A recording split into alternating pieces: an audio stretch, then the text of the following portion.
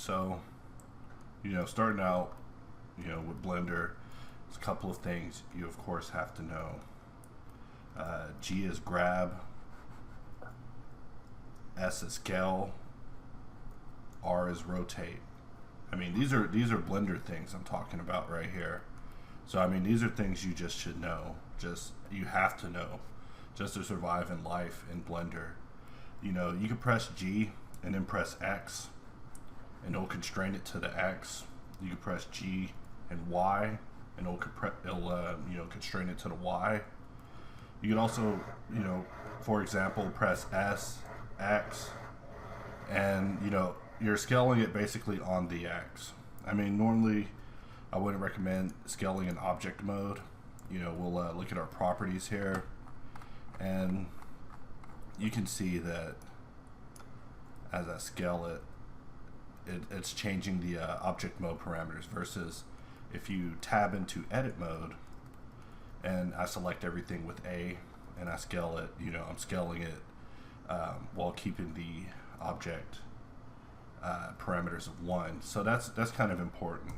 But assuming that you have hard ops installed, getting started with it is as simple as just pressing Q, and that will basically bring up your menu. Now alternatively, you can press Shift Q, and that'll bring out your pie menu. But to be honest, I only press Q, and that's just how I live. So the other tool in your arsenal is Boxcutter. So there's a couple of ways you can bring up Boxcutter. If you're a complete noob, you can press T and click on Start Boxcutter and open it from the T panel.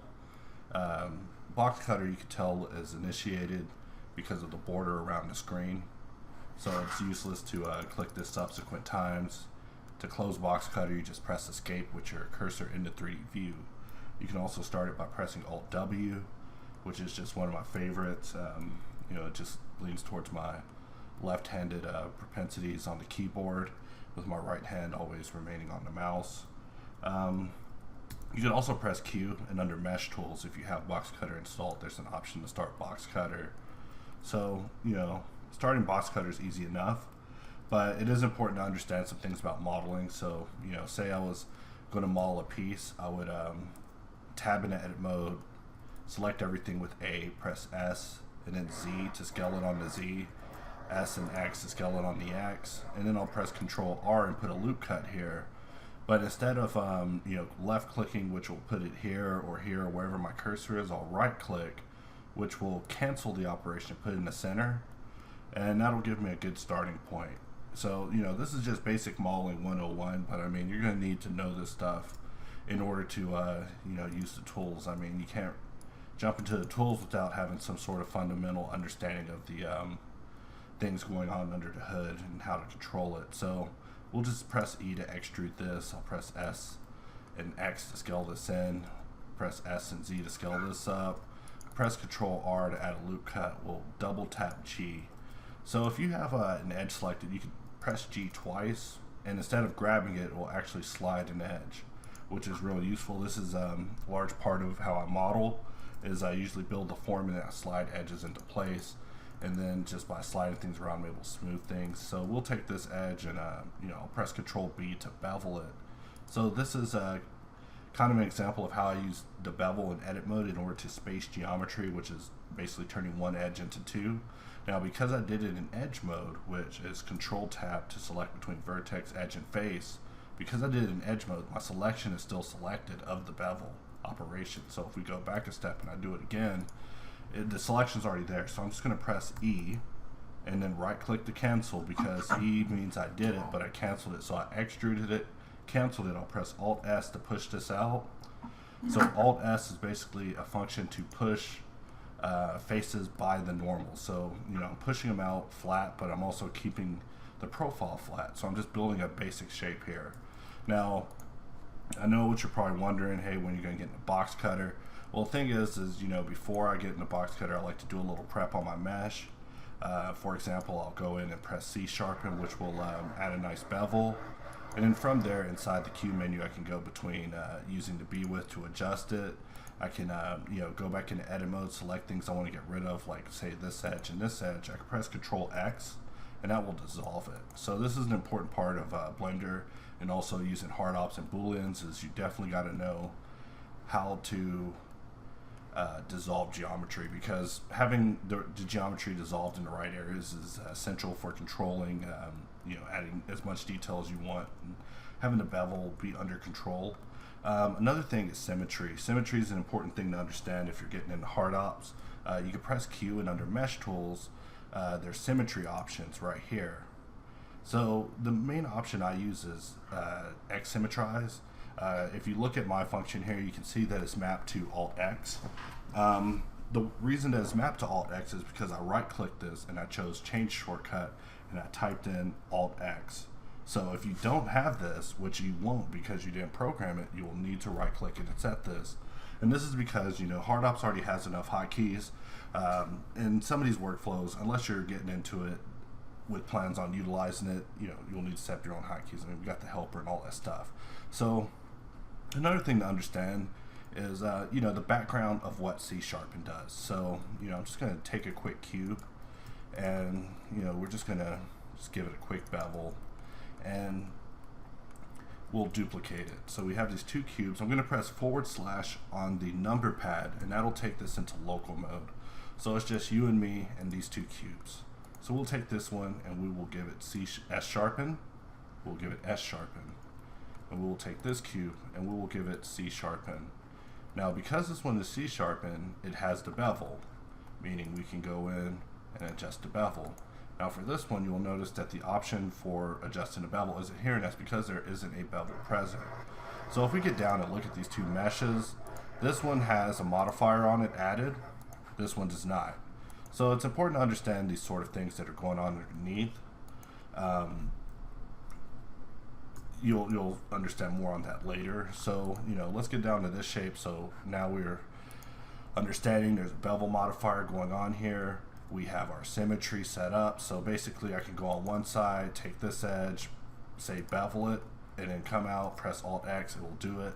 And that's because, I work in a left-handed fashion. If you have problems with that, or right-handed, or, the mirroring is to your preferences, if we just go into add-on preferences by just pressing Control-Alt-U to bring up user preferences, and we go to the add-ons tab, and we just type in 9, it'll bring up our current version. And under UI, there's an option for right-handed, which will make the mirror work on this side. So, that's definitely something you should sort out, but just keep in mind that for my particular workflow, I work on this side of the mesh, and I mirror it to this side. We may change that in the future. We were just talking about that the other day. So without further ado, let's go ahead and get in here and start box cutting. So one of my favorite tools of the latest version of Boxcutter is edit mode cutting. So as you know, tab into edit mode, tab into edit mode. If you press tab, you go into edit mode.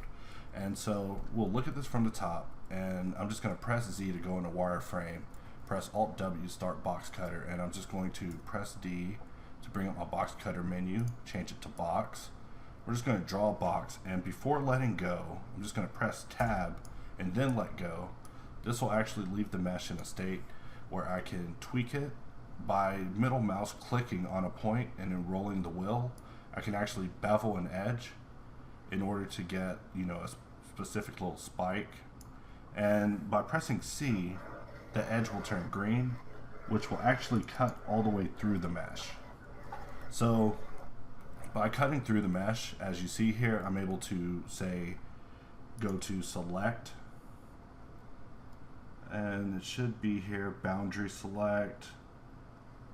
Maybe it's not anymore. No, it has to be here.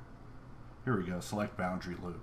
So this is an option that I recommend going into and just right clicking and setting this to shift tilde. Tilde is the button right below the escape at the top of your keyboard.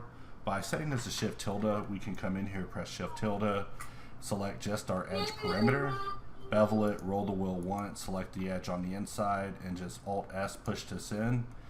And then from here, just S sharpen and it'll correct it. And so continuing on with the mirroring we discussed previously, I can press Alt X and that'll just mirror it to the other side. So, that's just the edit mode, cutting in action. However, most of the operations used with Boxcutter will be you cutting red boxes. So right here, you could see it just holding control and clicking. I was able to cut all the way through, but cutting all the way through isn't necessarily desired behavior. So what I'll do is press 1, look at it in front view, put the cursor here by left clicking, press 7, go back into top view, and I will just draw a red box. And instead of letting go of the cursor, I will press tab to drop the shape, and then from here just bevel the sides, press C in order to cut to the cursor. And as you can see, I've cut only to a specific depth. And so with this I can take such cuts and bevel inward since it's a flat face, press Alt X, push it to the other side, take this edge, demote it using the Q menu, which that's when things start to get a little advanced. I'll look at it from the front, put the cursor down a little bit more, press 7, look at it from the top. So 1, 3, 7. This is pretty much like your view cube in Maya or 3ds Max or whatever Autodesk application you're coming from. So we'll select this shape. You always have to make sure your selection is selected. Otherwise, if there's not a selection, you will basically draw what's called a gray shape. Now, gray shapes are cool. We can actually use this gray shape for, say, we'll go in edit mode, cut it, take this, and select these two objects. And inside of the Q menu of hard ops, there's a Boolean option for difference. So we'll just cut that inside and then press Q with this bool shape selected, and we'll add thickness.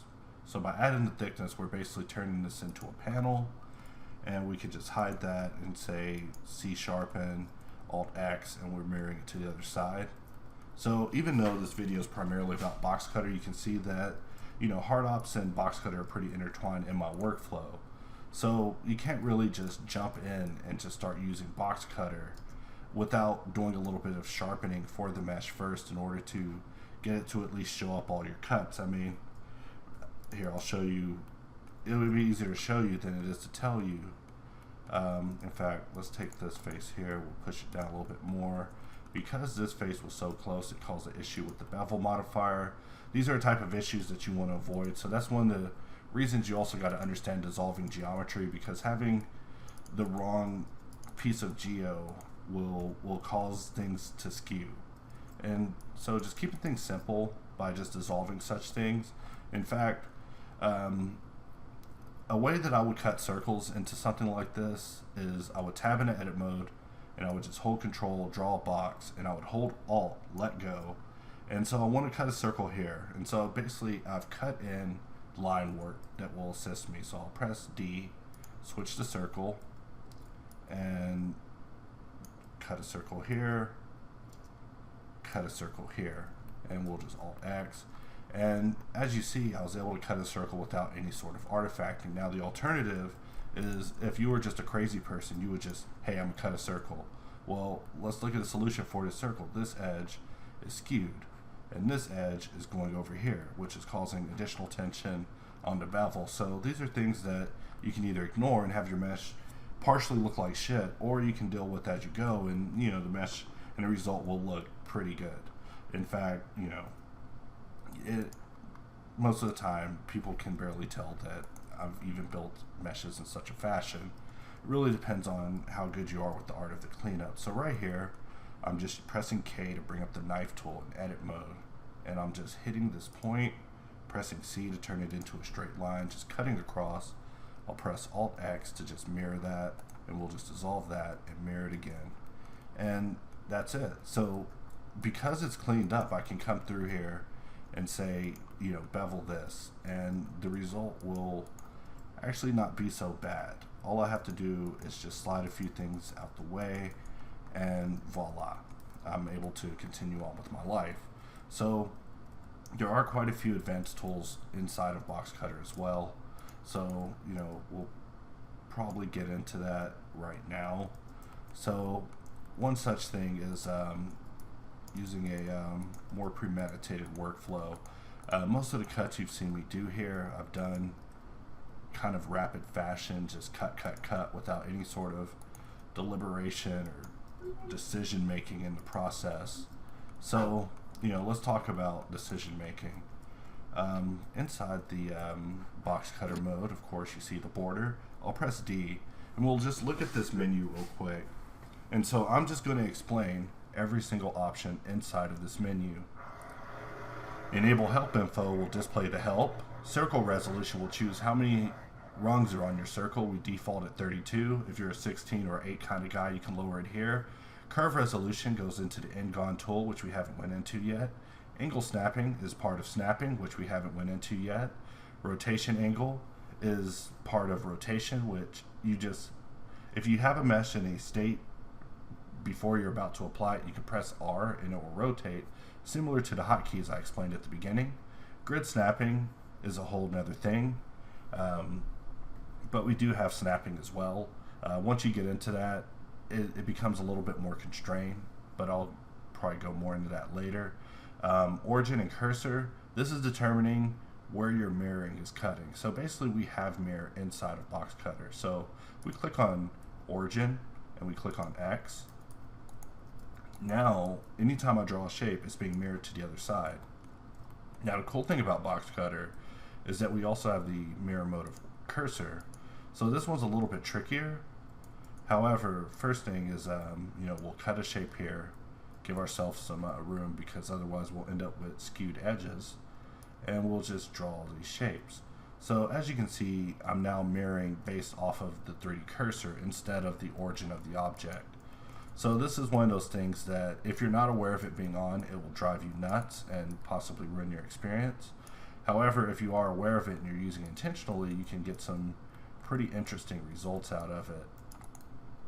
Sometimes I actually forget that it's there, and even messing with it now, I see that it's one of those gems I probably need to mess with. So let's talk about those deliberative cuts, because everything I've done is pretty rapid fashion. Another thing too is the mesh has a little bit of a bow here. That's just unacceptable. So I will go in edit mode. Now notice that I don't have Boxcutter up, because if I had Boxcutter up and I was holding control and I was left clicking and dragging, what do you think is going to happen? If you guess Boxcutter, go and get yourself a cookie from the kitchen. So you got to press escape. So I'm going to select this geo here, press S, Y, 0, and just flatten it on the Y, pull it in, and we'll just fix this, and we're on our way. So, a little geometric imperfections, they bother me. Also, another trick I want to show you is how I slide edges to create ramps. Now, in this case, we have several N-Gons compounded against each other. So if we take this edge and we press Control B, it will bevel the edge, but notice that it's only pushing the edge specifically down. And this puts us at an advantage where if we take this edge and just push it back, it just gives us this ramp. And it's just something I take advantage of quite a bit when I'm modeling. But continuing on, so we'll select this shape. I'll press Alt W to go into Boxcutter. This time I'm going to turn off mirror because I don't need it. And in this case I had to hold shift and select it. So this is part of Blender's own behaviors. So if you do find yourself having issues turning off the mirror, just remember to hold shift and click it sometimes. So what I'll do here is click on Apply Boolean and uncheck this. Now whenever I draw a red box, it will cut away, but the box is still there. So I will take this edge, bevel it, and similar to before, I will just give it thickness, press H to hide it, and C-sharpen it, and Alt-X. So C-sharpen in this context is being used as a way to apply these booleans. However, sometimes it's good to mess with the mesh before you actually apply it. Like right here, I'm going to draw a box, but I'm holding Alt because I set the cursor's 2D depth. So basically this cube is only cutting so deep into it because of me holding Alt. So there's a couple also. Right here I want to select, I'll have to edit Boxcutter. Then I can hold Control and left click and drag. So now I have this mesh here. So we will just do the usual. I'll put a loop in here, press Control B to bevel it, grab this face, move this down. Also, we can try some other stuff where we can put a loop here, press SX to flatten it, and we can just pull this back and we have this interesting little shape here. So we will just C sharpen, mirror it, move this tool over, lift it up. So, you know, if the person that this video is intended for is actually paying attention for this, you know, then it was worth my time. But, you know, I felt guilty being so belligerent to give them the information, you know, when the older me would be like, yeah, sure thing, massa.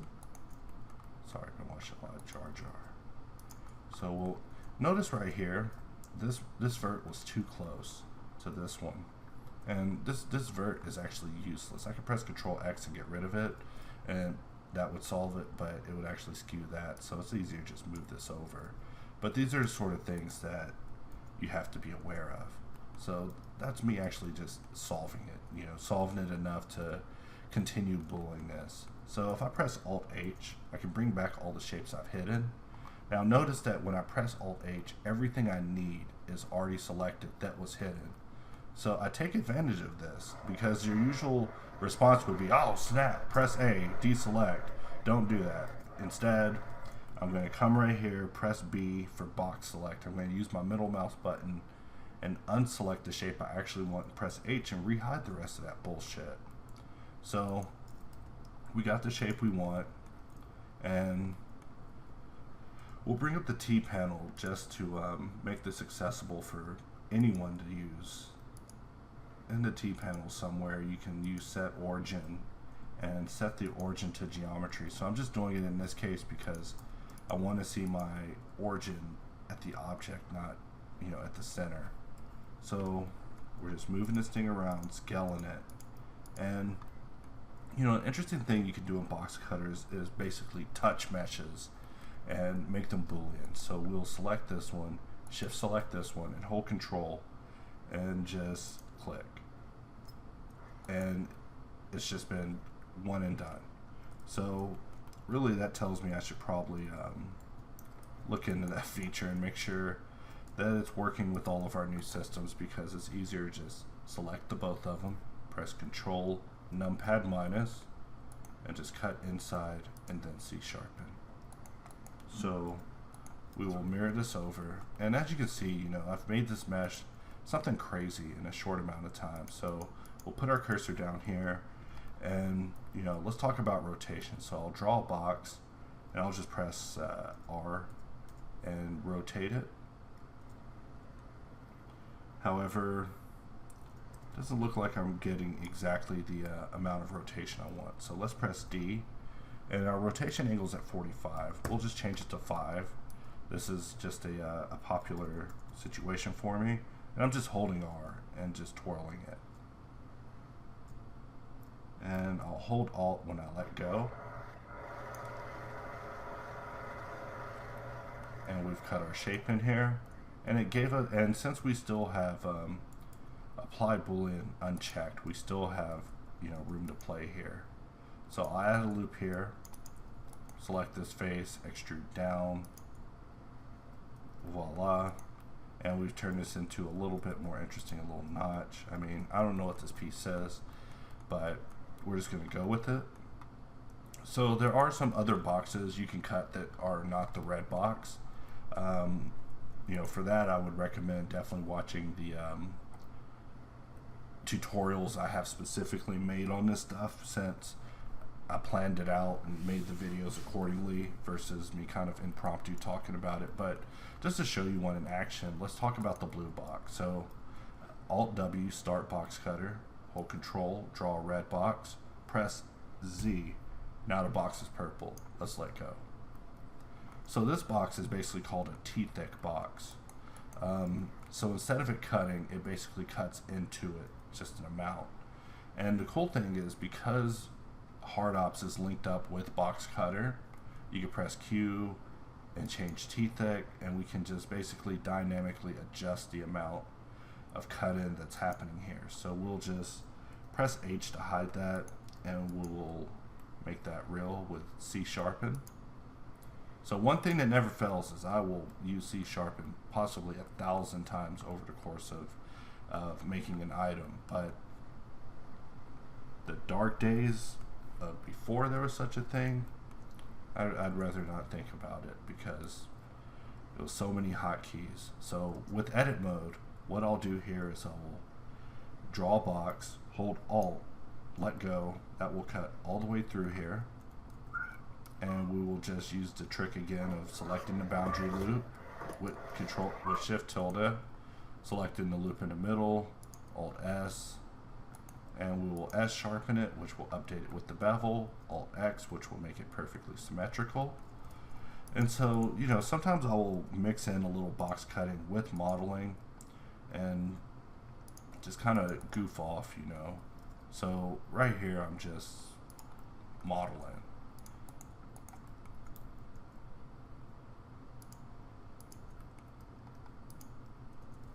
But these are, you know, my favorite shapes to create. At least on these boxier shapes. You know, nowadays I'm a little more spherical, but you know, continuing on. And so to even mix in red box with the edit box, we can take this and just draw a red box, and now we're just cutting in little trenches. And notice that I'm kind of minding my edges here to keep it easy. And if I wanted to, I could mirror this below itself because the, you know, let's actually put the origin here. So I put a edge loop here because I specifically want my cursor to be where this edge is. So I will go to the T panel just to make it accessible. Otherwise, people will be like, where do you get that tool at? And by that tool, I'm talking about snapping pies, because I can literally press Shift S, choose origin to selection, and we're done. So continuing on with our lives and not looking for options over here, I'm just going to press Q, and under Mesh Tools, Symmetry Options, we're just going to mirror it onto Z. So now it's perfectly symmetrical on the Z and the X. And I mean, we could even press Alt Y, mirror it on the Y, but for that we would need to you know, offset this mesh's position, you know, maybe something like that. But you know, at this point this thing is looking very close to a cruiser or something like that, like a spaceship or something crazy. Also slicing is something I didn't want to have to get into today. Also the yellow box, but let's go ahead and do that so that way I could say this was a thorough Boxcutter demo. You know, normally I would say to someone asking questions about this, like, just read the docs, you lazy bastard. But admittedly, I didn't write that many docs on Boxcutter. Boxcutter is supposed to be easy and fluid, but you gotta understand, you know, Blender a little bit. You know, I don't see, I just, it defies logic. Anyways, we'll press Alt W, bring up Boxcutter. I'll press D, and we'll jump into Ngon. Now we have a snapping mode, which you can start with Shift Z, and when you press that, you see that there's this grid on the screen. So we're in a tool called Ngon. So I'll hold Control, and I'll click and just draw a shape, just a custom shape. You know, just a happy little shape. Voila. So in this mode, whenever you're done, you have it, and you can move it around. You can press Shift Z, turn off snapping, move it around exactly where you want. But if you press Shift Z and you have snapping up, you can adjust your snapping by holding Shift and rolling the wheel, or adjusting it through the D menu.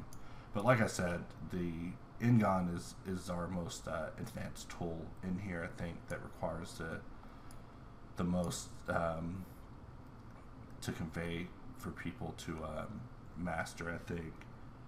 And it's not because it's you know, not built well.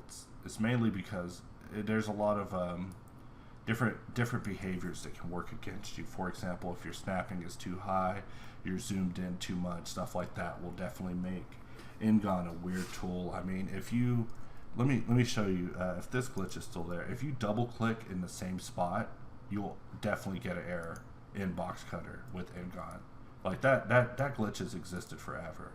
You know, I think I'm gonna check into that, probably get that fixed at this point. But anyways, so I drew this shape, and I'll turn on snapping. That way I can easily move that point that way.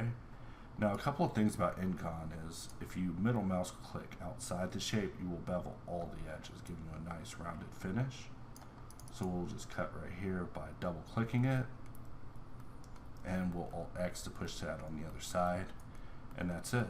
So we'll go into circle and just kind of finish off things. In fact, right here, we'll bring up box mode so we can cut all the way through first. Then whenever we cut the circle, it'll just work. Hopefully. I mean, sometimes these things will send you straight to the desktop, which is why it's good to assist Blender with booleans any way that you can by putting geo in there. But I mean, that pretty much wraps it up for at least getting started with Boxcutter. But I mean, for anything more advanced, I would recommend checking out the actual videos where I start off talking about it for like 45 minutes. I mean, you know, not to toot my own horn, but I did go back through and watch my own videos just to make sure I didn't sound like a lunatic. And for the most part, I think I got the point across on using the tool. So I mean, to recap on everything, Alt W starts Boxcutter, Escape closes it. So holding Control, of course with an object selected, holding Control and left clicking will draw your shape. Pressing D will allow you to change your shape. You can press X to change what type of shape it is. So X and Z will go between a yellow and a red and a purple. So the purple we already went over as being, you know, the panel loop cutter. However, the yellow one we didn't go over, which is slice. So just to show you real quick, I will slice off the side here. And, you know, what more is there to say about it? But a couple of things that, you know, are probably worth mentioning if you're using HardOps and Boxcutter at the same time. And one of those is, you know, there's some functions that we built into HardOps that's useful for dealing with troublesome meshes. So for example, we'll take this cube and we'll divide it, right? Like, you know, that's a large amount of divisions. And so let's say that we divide it into this mesh and we tried to C-sharpen it. This is what's going to happen. It's not going to be pretty. Now, I'll turn on the wireframe just so you can see what's happening. But notice that by increasing the width, it's just nasty because this mesh is so dense. So on a second example, we'll take a mesh and we'll subdivide it a bunch and we'll C-sharpen it, you know, to the limits, you know, and we will take our cylinder and we'll cut it in, but this time we're not going to apply it because we already know it's going to be a shit show just like this one. So let me tell you how I would deal with something like this. Now, first of all, this mesh is planar. It's a cube. It shouldn't be that dense to begin with, but you already know that. Let's pretend it was something more complex than a cube. Let's pretend it was an airplane wing. Well, inside of Cube Operations, there's an option called Clean Mesh. Now, this operation, I mean, this particular function is a favorite. I've put a lot into it. And by put a lot into it, I mean I've put a lot into getting people to help me make it the best version of this I could make it. So we'll just click it, and this mesh is just clean. Done deal. Mesh just clean. This mesh got clean so hard. This mesh got clean. I don't even know why this mesh got clean. It had to have been a glitch. So let me record a GIF of that to you know, review later, and we will clean the mesh. And you know, that's not supposed to happen, okay? But this mesh is back to the beginning. So just to show you how I would personally deal with such a thing is I would just Alt X to put a symmetrical line in the center, C-sharpen, we're done. I mean, of course, it's not going to let us bevel all the way to the edges, but we definitely have something much nicer than, you know, what we had here. I mean, this is ridiculous. This is doing the same mesh that I had sitting over here for the example. but you get the idea. So anytime that you're dealing with something that's just nuts, that you can, the idea is that you build it as high as you want, and then just clean it up later, because it's all ingons at this point. I mean, at some point you're probably going to polish it up in your app of choice. Like, here's another good example. Like this mesh right here, because of the skewing along the side, this bevel modifier looks crazy. We'll apply to scale, Control A to apply scale or rotation or location. That's probably something I should have went over in the 101, but I'm assuming that you saw blending away to pain. So we look at this mesh, it looks crazy, like the bevel just terminates oddly. Now, what if I told you there was one button that could fix it? Just operations, clean mesh. Just look at this mesh. It just removes non-essential geometry. It's great. Let me tell you, I just use it a lot. In fact, I have it mapped to a hotkey, but I think it interferes with Group Pro, so right now it just doesn't have a hotkey. Now, if you're wondering why my bevel is automatically jumping out to segments, it's because I'm using the latest version, and it's not supposed to do that. So, just to goof off with this mesh and recap with Boxcutter, I mean, just real quick, like if I was to just box cut this mesh, I would press D, turn on mirror. We will slice here. We'll take this piece, slice it. We'll adjust its bead width. Take this piece, slice it almost to the front, leave some.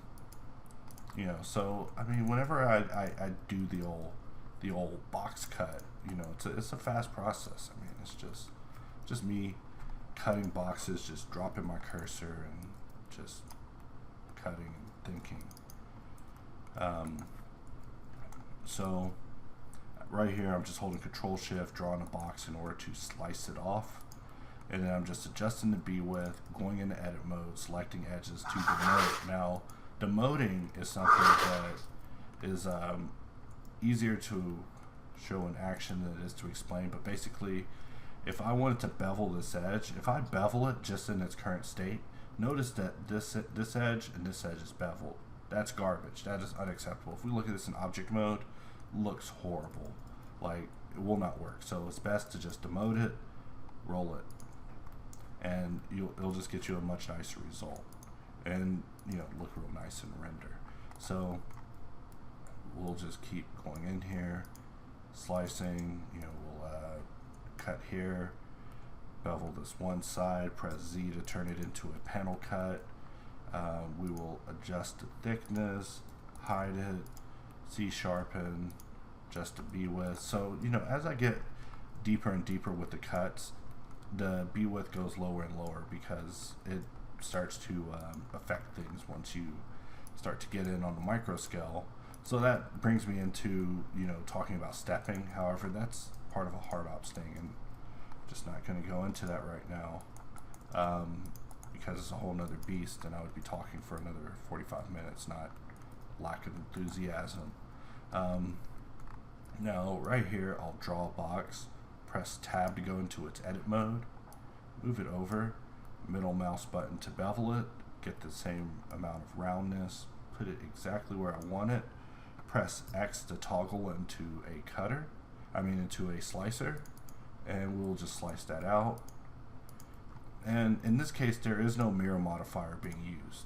So I'm literally cutting it, pressing Alt X. Actually, I realize I don't need to press Alt X.